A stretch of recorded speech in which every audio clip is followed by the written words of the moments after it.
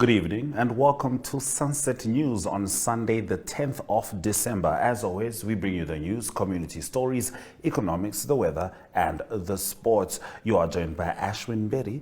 And I am Micheline Navatise. It's good to have you here, Micheline. It is a Sunday after all, but let's get straight into our top stories. The official inauguration of the Okahanja Water Stewardship Project took place with the esteemed presence of the Governor of the Oshodonjuba region, Honorable James Uerkue, the Mayor of Okahanja, Honorable Beatrice Katongondo, and Abinev Manager Kevin Lowe. This transformative initiative is designed to enhance water accessibility for informal residents, concurrently striving to achieve a commendable 30% reduction in water costs for customers, Aurelia Africana reports.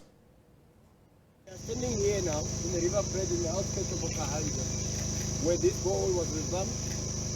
Water capacity supply has been increased. 13 to 15 cubic liters of water per hour actually are being pumped into the existing Okahanja water supply system. That is to ensure that they add to the already existing water supply system. And this is necessitated by the increasing demand stemming from the influx of people due to the attractive nature of Okahanja. And as a result, we are now officially commissioning this plant to say that with AB InBev Namibia and Okahanja municipality, the partnership indeed have delivered. It will continue to deliver. And what will be the outcome? Reduce cost to the residents, affordability, reliable water provision, healthy drinking water to the community, and of course a growing and prosperous Okahanja, a prosperous Oshodonjuba, and a prosperous Namibian nation. Thank you very much and God bless.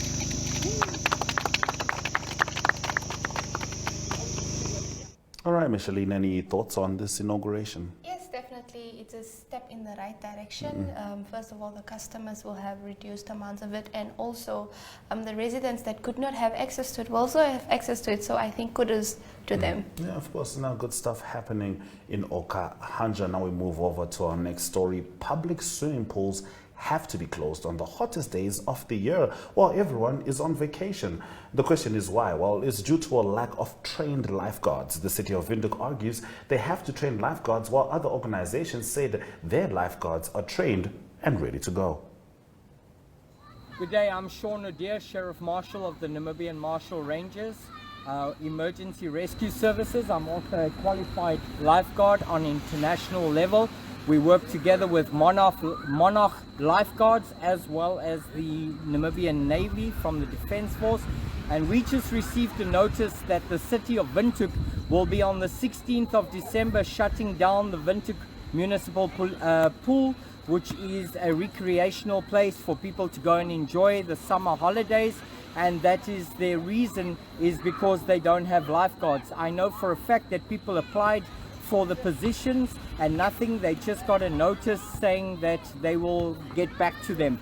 The fact that the city of Windhoek has not budgeted for this, planned for this and prepared for this, and having to shut down the municipal pool, public swimming pool, due to not having lifeguards is unacceptable. It's wrong and it shouldn't be done this way, and we are opposing what the decision of the Windhoek municipality is, and we are requesting you to take action, put a budget and approach private entities that can provide professional lifeguards and people that already applied for these positions to step in instead of shutting down the public pool and inconveniencing all the municipal district people that were coming there on holiday to have a swim.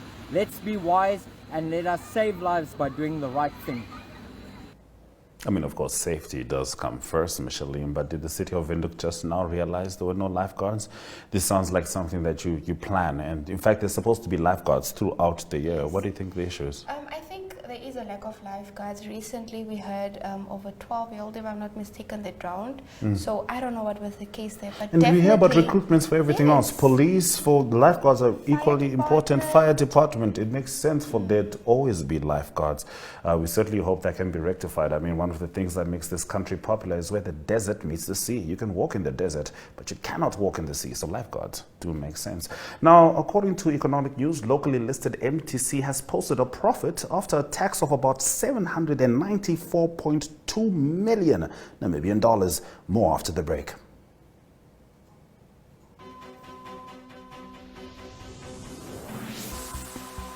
The Agenda is a weekly national affairs interview program hosted every Sunday by Namibian Sun editor Toyvon Jabela, featuring a panel of high-profile newsmakers, analysts, and experts.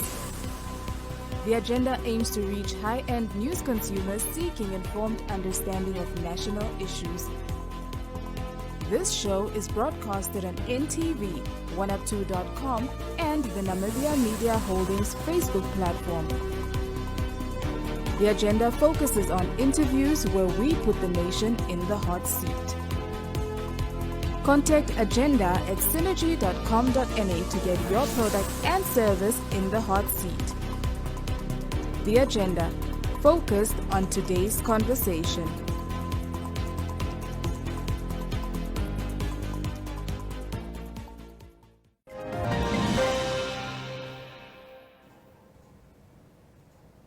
All right, let's get into the economic news story. Locally listed MTC has posted a profit after tax of about 794.2 million Namibian dollars for the year ended 30 September and declared a final dividend of 80 cents per ordinary share. The Telecoms Group Chief Financial Officer, Tinus Smith, spoke to Joe Marie Duddy.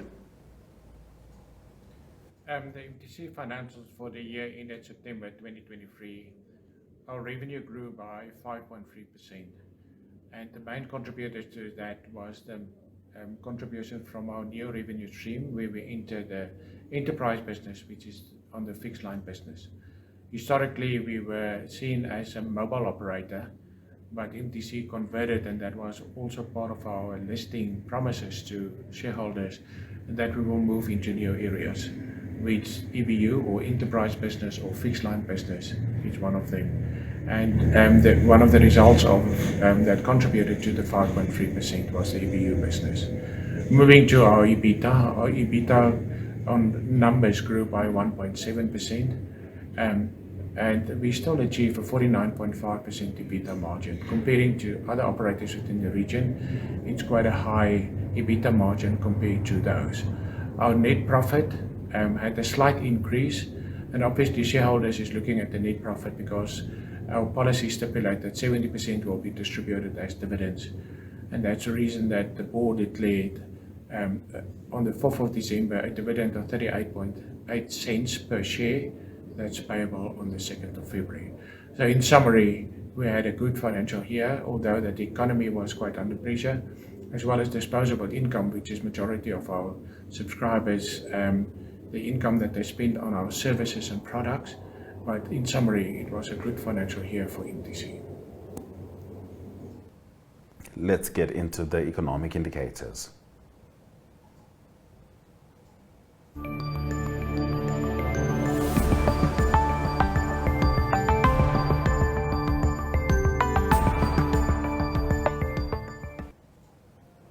The Namibian dollar trades at 18.88 next to the US dollar. 2.63 Namibian dollars gets you one Chinese yuan. 20.30 gets you a euro, and 23.65 is exactly what it costs for a British pound.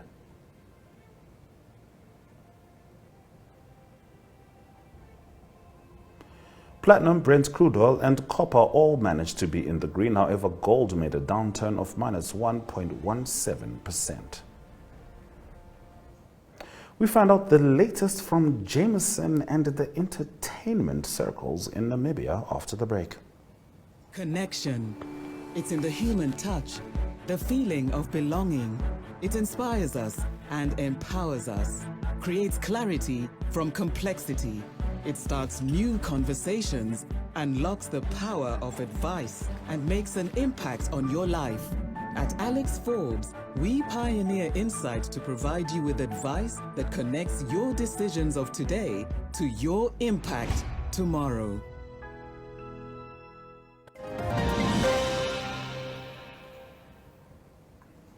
Now getting into some entertainment news, Jameson successfully held the Jameson Passion Pub Craft Edition in Windhoek at Etc. on Saturday, 9 December. The event saw Namibian creatives engage in captivating dialogue on various show business topics. Among the esteemed panelists were actor and media personality Adriano Fisaki, musician KP Illist, award-winning rap artist and medical practitioner Lioness, and musician and creative entrepreneur Zulu Boy, comedian Akharob, and more. Let's have a look. Figure out what your why is. If you know what your why is, write it down with your head. People will challenge you. And your partner's going to tell you, no, you should do this. Your mom's going to tell you, well, consider that. No. Stick to your why, write it down, read it every morning in front of the mirror when you're getting ready, and focus on that. Very, very important. Any additions to guys go to? What's the Yeah, and I think it's also important that just helping on to Wayne's point about, just the synergy of your own brand. Because like customers and like your audience can tell when you are lying. So I think it's really important that you know what you're selling, because you want to sell and you believe in the bigger picture of the brand and yourself as well. But you need to be honest with yourself first, and then you can obviously carry that on to the brand. Otherwise, you're not fully the brand within yourself first. Now, that is very, very interesting. We certainly hope people benefited from that. In international news after the break, Gaza health situation is catastrophic, and this is according to the WHO. See you soon. We've always had the bravery to stand up for what is Namibian, from protecting our homes to fighting injustices. We still celebrate what it means to us and raise a glass to those who show their bravery. No matter how they take on the world, with all this potential in the land of the brave, what will you do to make this Namibia your? The Agenda is a weekly national affairs interview program hosted every Sunday by Namibian Sun editor Toivon Jabela, featuring a panel of high-profile newsmakers, analysts, and experts. The Agenda aims to reach high-end news consumers seeking informed understanding of national issues. This show is broadcasted on NTV, 1up2.com, and the Namibia Media Holdings Facebook platform.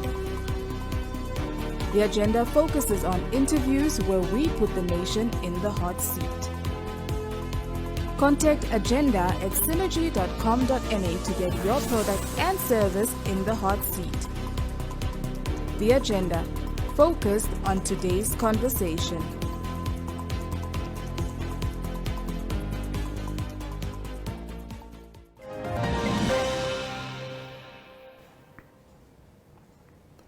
All right, now the impact of the Israel-Hamas conflict on Gaza's healthcare sector has been catastrophic, the World Health Organization chief said earlier today at an emergency board meeting, saying conditions were ideal for the spread of deadly diseases. WHO Director General Tedros Adhanom Ghebreyesus told the 34-member board it would be all but impossible for the WHO to improve the situation given the ongoing violence. A motion being reviewed by the board proposed by Afghanistan, Morocco, Qatar, and Yemen demands passage for medical personnel and their supplies and tasks the WHO with securing funding to rebuild hospitals.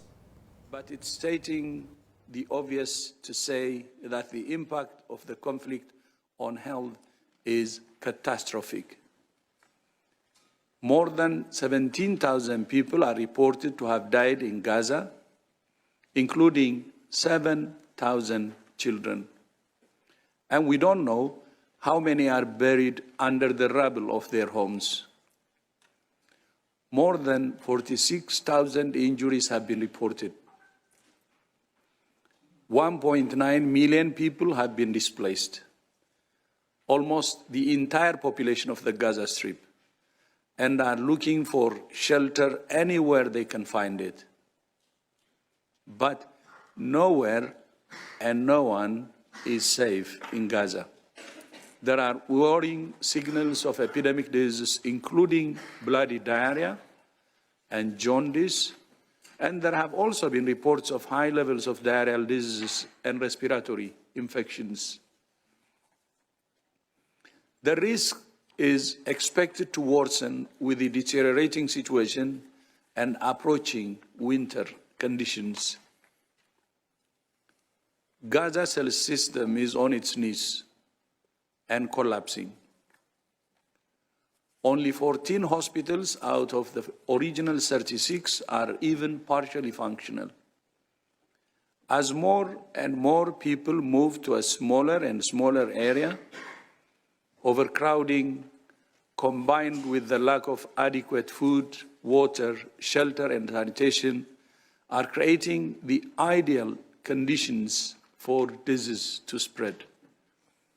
On average, there is one shower unit for every 700 people and one toilet for every 150 people.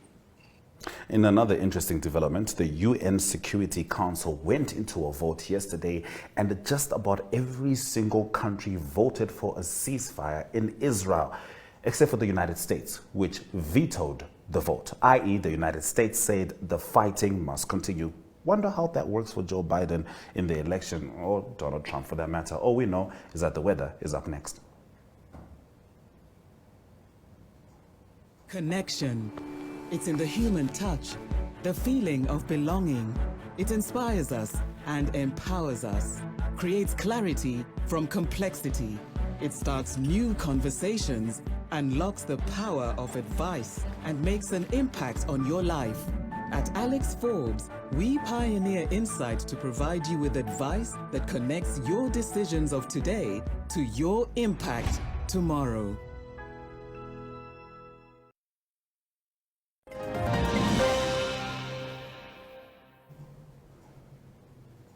This is still Sunset News. Let's get straight into our weather predictions. Windhoek, the capital, is partly cloudy, 31 degrees Celsius maximum expected. It is raining in Katima Mulilo, so it's going to be much, much greener over there. However, Oshakati, Omaruru and Khobabis can expect a bit of sun. Looking at the coast, partly cloudy is the order of the day. Luderitz, quite windy and a little chilly at the same time. 16 degrees Celsius minimum expected. Rehoboth, Mariento, Kepanzup, Aranos, Ariansle and Oraniemund can expect some sunny conditions. Those have been our weather predictions. I hope it hasn't changed much of your holiday plans. We're going to take a short break before we return with the sport. We've always had the bravery to stand up for what is Namibian, from protecting our homes to fighting injustices. We still celebrate what it means to us and raise a glass to those who show their bravery. No matter how they take on the world, with all this potential in the land of the brave, what will you do to make this Namibia your Namibia?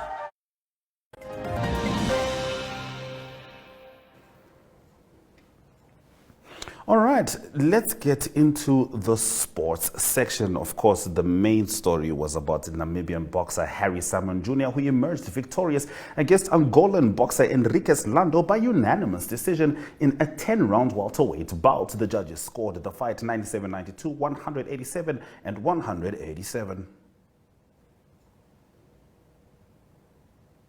Yeah, there's a lot I can still improve.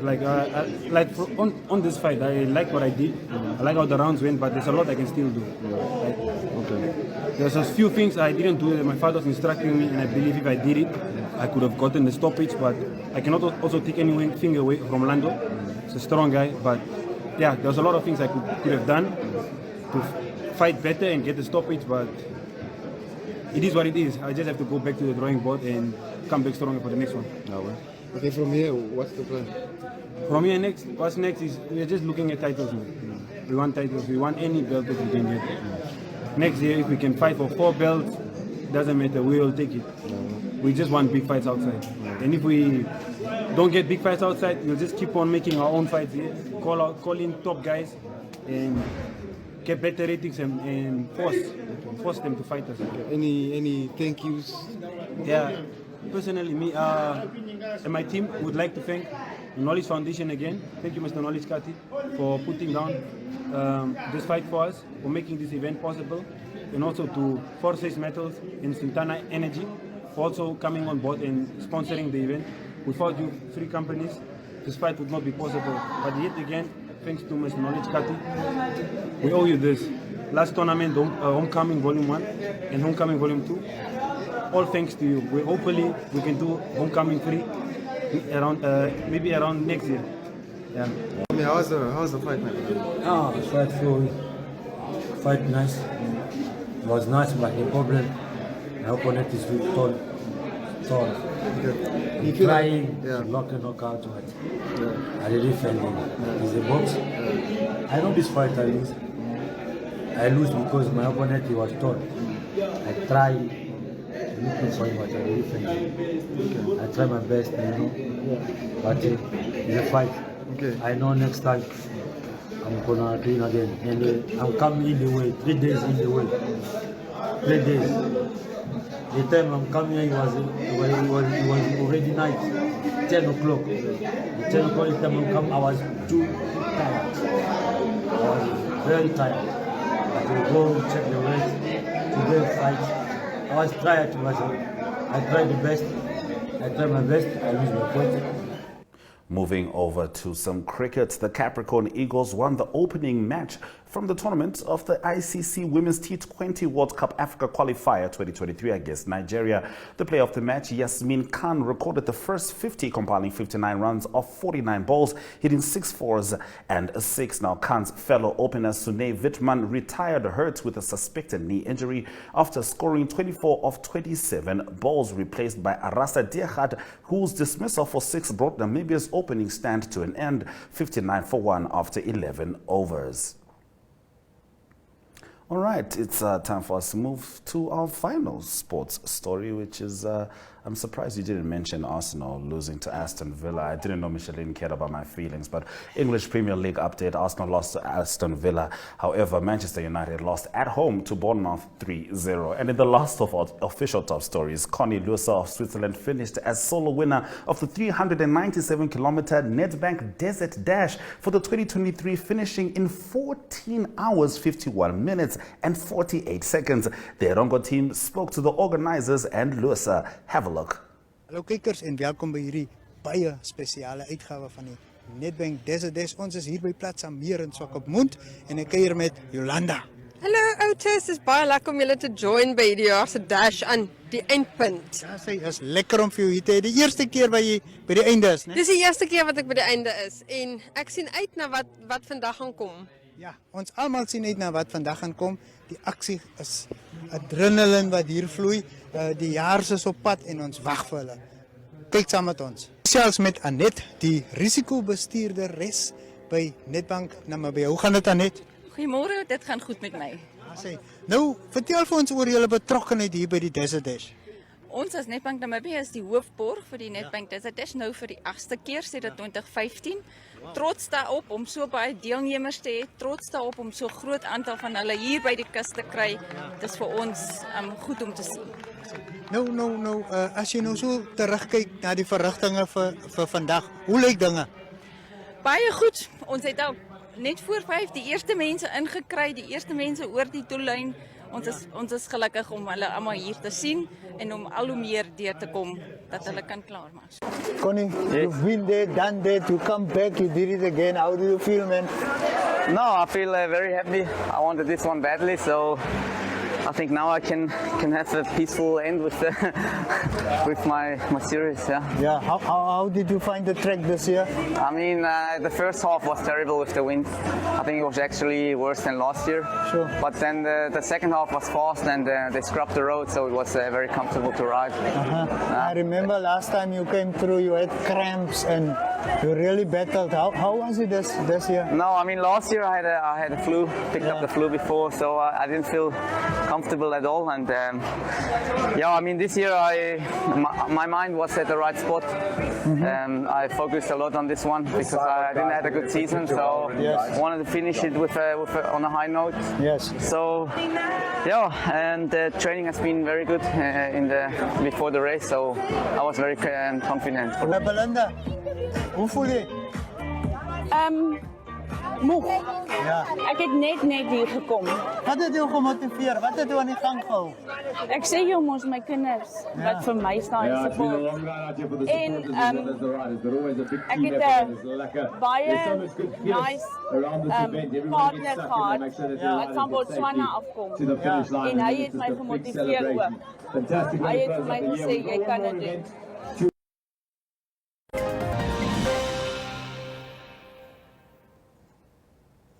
Well, that brings us to the end of this broadcast from Micheline Navatisses. How are you? I'm good. You're good. Was it fine? We survived. We were all right. Okay. And we certainly hope that you were thoroughly informed from Micheline Navatisses and Ashwin Berry. This has been Sunset News. Don't end your day without us.